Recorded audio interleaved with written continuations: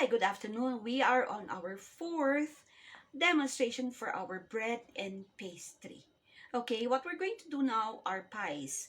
So the first one that we're going to make is a pizza pie. Okay, first that you have to consider in making your pizza pie, we have to make the crust. Okay, from raw. Please do not buy the ones you have in the grocery which are already made. Please make your crust from scratch. Okay, so our first ingredient that you're going to watch first of all is to have your water.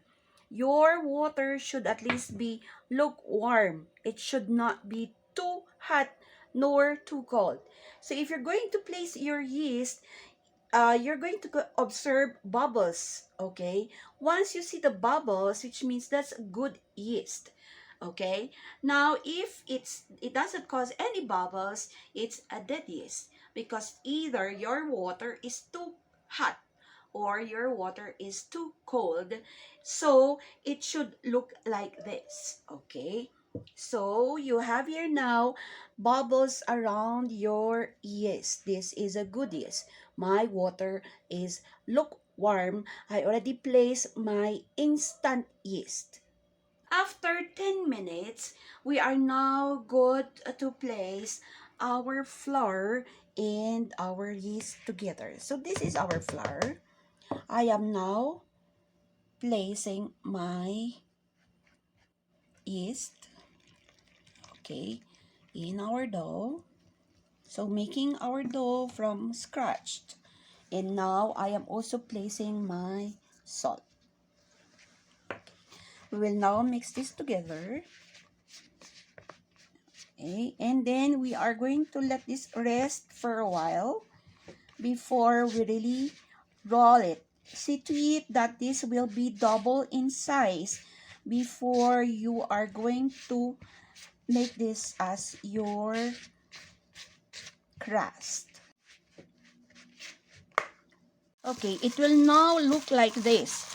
See to it that you are going to knead it, okay, properly until you have mixed the dough all together, okay, and let this rise for 1 hour. Okay, so 1 hour. We are now going to cover this. Okay, you can cover this with a wet cloth, okay, or you can either cover this with a plastic. Now cover this with a plastic. If you don't have a plastic, then you can now, or a cling wrap, cover it with a cling wrap, or you can cover this with a cloth and wait until your dough is going to double in size.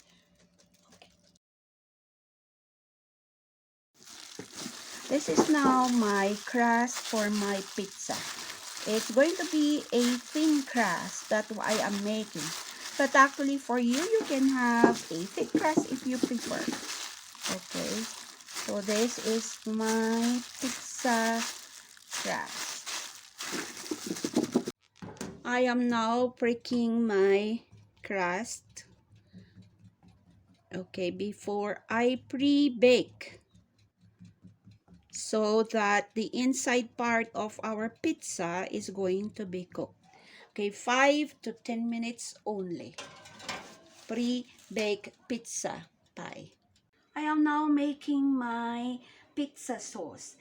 If you don't have tomato sauce and tomato paste, you simply have this ketchup, okay? Because I'm just making a small pizza, so this is just my ketchup, if you can see.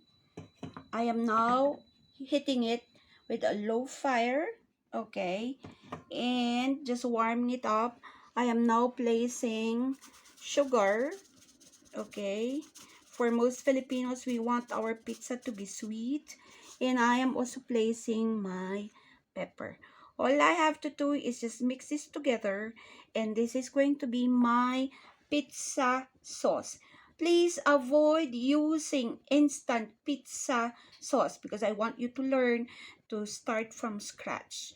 Okay, you can have tomato paste, tomato sauce, put them together with some herbs and spices. But for this one, I just use ketchup, sugar, and pepper. I'm just simply warming up my ketchup and my sugar. Note, I cook them together so that your sugar is going to be heated with your ketchup. And this is my pizza sauce. So, ketchup with sugar. This is already our pre-baked pizza crust. For some crust, what do? They place beans on top or rice on top so that it will not pop up. Okay, so it is exactly 10 minutes that we have pre-baked our pizza crust.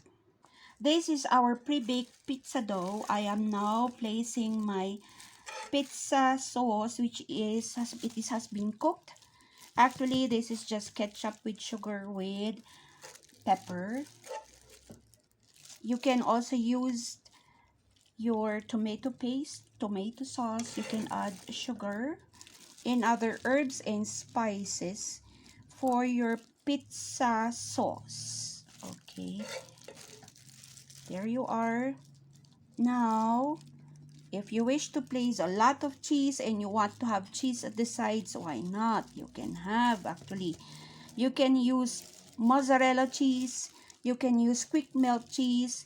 You can also use Eden if that's the only one you have, or quick melt cheese in your locality. I am now placing hot dogs which has been pre-sliced. Okay. I am also placing my pineapple. Okay.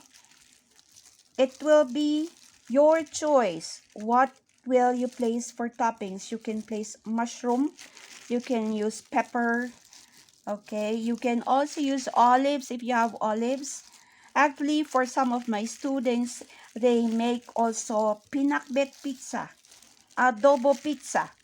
They can also make actually, you can have tuna, sardines as your toppings for your pizza. I just taught you the basic just to have an idea on what you're supposed to do.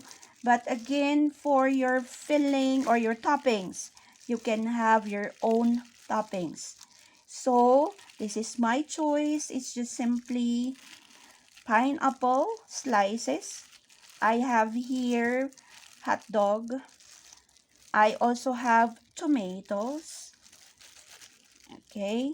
So, for your return demo, you can have your own filling. If you think you have olives in your locality, use olives.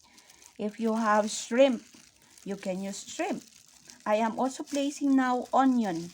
You can also place, if you wish to place, as I mentioned, adobo, pinakbet pizza. We have also now sisig pizza.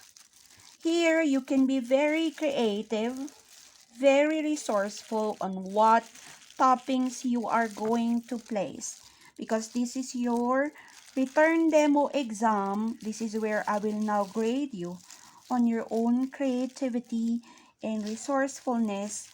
You can create now your own toppings. What I will grade is the basic dough making, of course, how you're going to place the toppings, and how beautiful and delicious your toppings will be. What will make this really good is your cheese. There are some recipes where you only use cheese. So there are 4 cheeses, 5 cheese. If you have Parmesan, why not? You have mozzarella, why not? So it will depend again on what is available in your locality. Actually, meron din tayong pizza na tuyo, pizza na sardinas. So, it will depend on your creativity. I am now placing my quick melt cheese, okay, which is grated for my pizza. And I'm going to bake this only for 15 to 20 minutes because this is thin crust and it's just a small one. But if your pie is big, of course, it will give you more time for baking.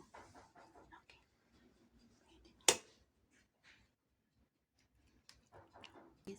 We are now placing our pizza pie. This is going to be 15 to 20 minutes baking only. Pizza is done after 15 to 20 minutes, and this is our savory pizza. If you're going to slice your pizza, see to it that this is not going to be sliced on the pie pan. Okay, you have to remove, especially if your pie pan is non-stick pan. To avoid scoring your pan, you place your pizza on a chopping board and you slice your pizza on the chopping board. So this is our pizza we are now slicing. Okay, this is our savory pizza with a thin crust. Again, for your return demo, it will be optional on what ingredients you're going to place. Of course, the things that I should see there is your cheese, which makes it delicious. Okay, how you will make your crust and how you're going to bake it, and somebody's going to evaluate the taste of your pizza. So this is our pizza.